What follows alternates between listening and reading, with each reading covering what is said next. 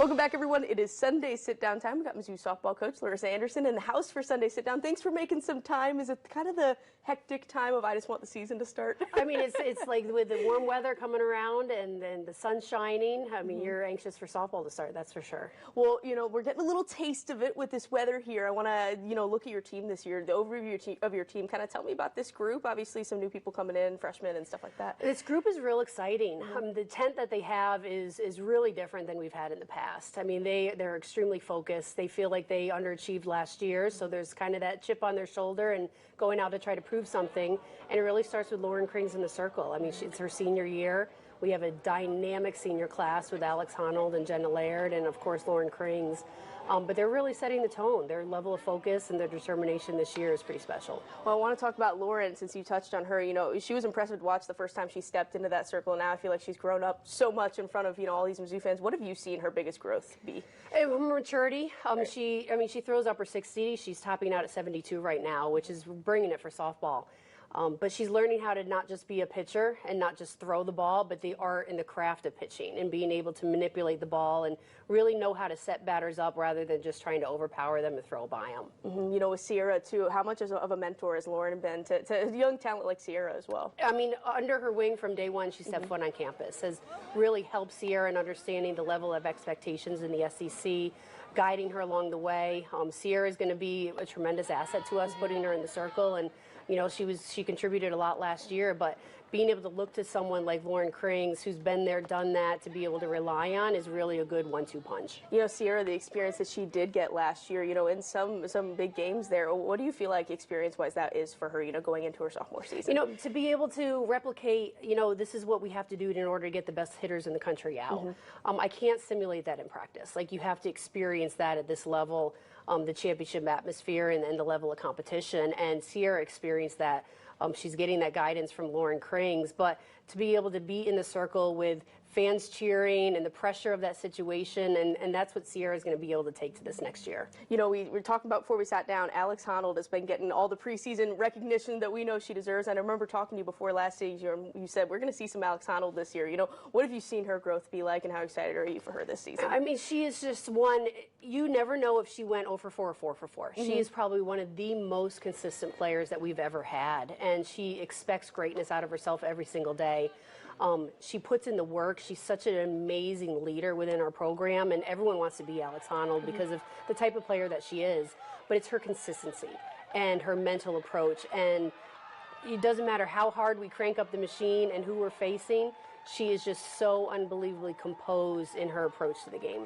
I remember talking to players last year. They say, we love doing anything to get Alex to crack a smile there. When you have that kind of personality, that energy, what does that do for a team? I mean, it's contagious, and that's really our freshman class, because you have Alex Honnold, you have Jenna Laird, and they're silent leaders. They lead by example. They're not the rah-rah, fist-pumping type of players, and they don't want to draw attention to themselves.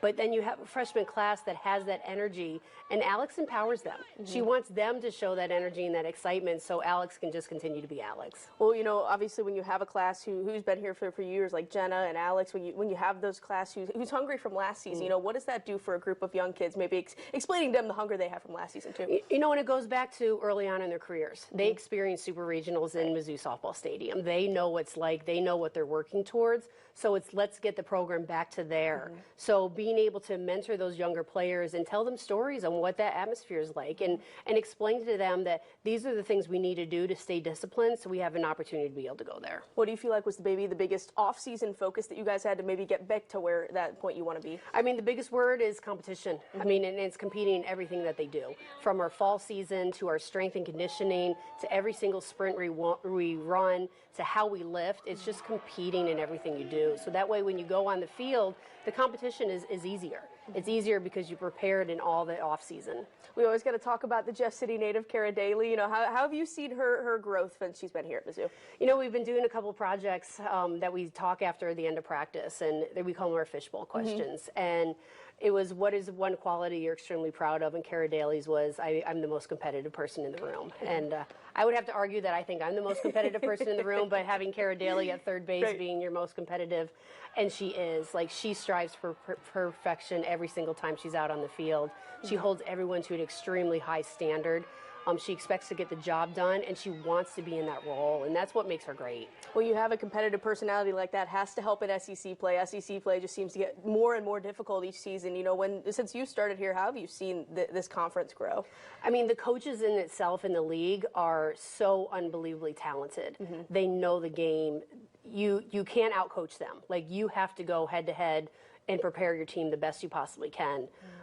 The talent is unbelievable. It's the best talent in the country. So you have to make sure that you're ready, your teams are ready. You might have one opportunity to be able to win, and you better be ready for it. Well, when you get to go through that through a regular season and meet some of the best in the country, especially when you get to postseason play, how helpful is that you've gone through some of those things, right?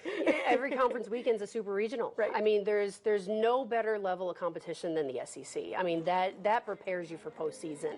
And when you're in the room with the coaches within our conference and you talk about what is best for our game, it's the conference prepares you for postseason to make a deep run into the NCAA tournament and eventually the College World Series. But it's knowing that our conference is preparing us for that. Well, I want to talk about your schedule this year. You know, obviously you get to escape to Clearwater, Florida for a little bit there, get some warm and sun, right? But how do you like how the schedule lays out for you guys this year? I think it's a great balance. I mean, we're going right out of the chute against Utah, and they just recently were in the College World Series last year. So it's going to be a great test early on. I'm real excited to play Clemson. I have a lot of respect for Coach Rittman at Clemson and starting that program.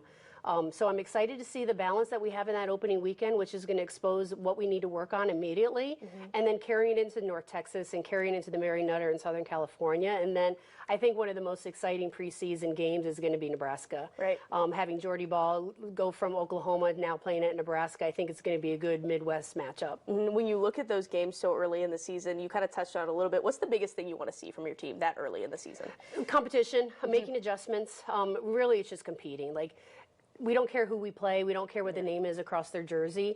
It's just going out, making sure that we know what we need to do, and just competing as hard as we possibly can. Well, I do want to touch on Divine Pavilion. I've seen it. It's got some upgrades, so some nice facilities for you guys there. How critical has that been, especially in these past few months with the cold, right? Yeah, definitely. You need a facility like that. But, I mean, we're one of the few places in the country that have a facility that large that's strictly just for baseball and softball. And it's tremendous that we can take a full field. We can scrimmage in there. Our hitters can see live pitching in that atmosphere.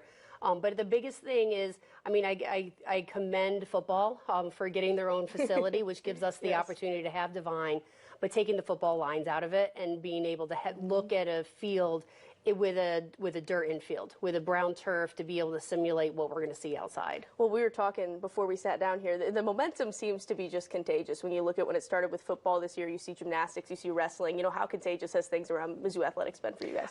It's awesome, and it did start with football. I mean, it's just the excitement and the buzz around campus and the name and the recognition and the notoriety. But it starts with the coaches. I mean, we are such a very, very tight group, and we have a lot of respect for each other. And, I mean, we get texts from Eli all the time and Coach Gates and Brian Smith and I. So the family atmosphere that we have and sharing each other's passion and the drive and the success really just feeds into every program, which then trickles down to our student athletes. Well, I know you got to get through some non-conference, but what's the excitement to finally get to the Mizzou softball stadium? Probably feels a little bit away, but in March when you get to finally come back here. I mean, playing in front of our home crowd, I mean, there's no greater place to play than it is in the Mizzou softball stadium.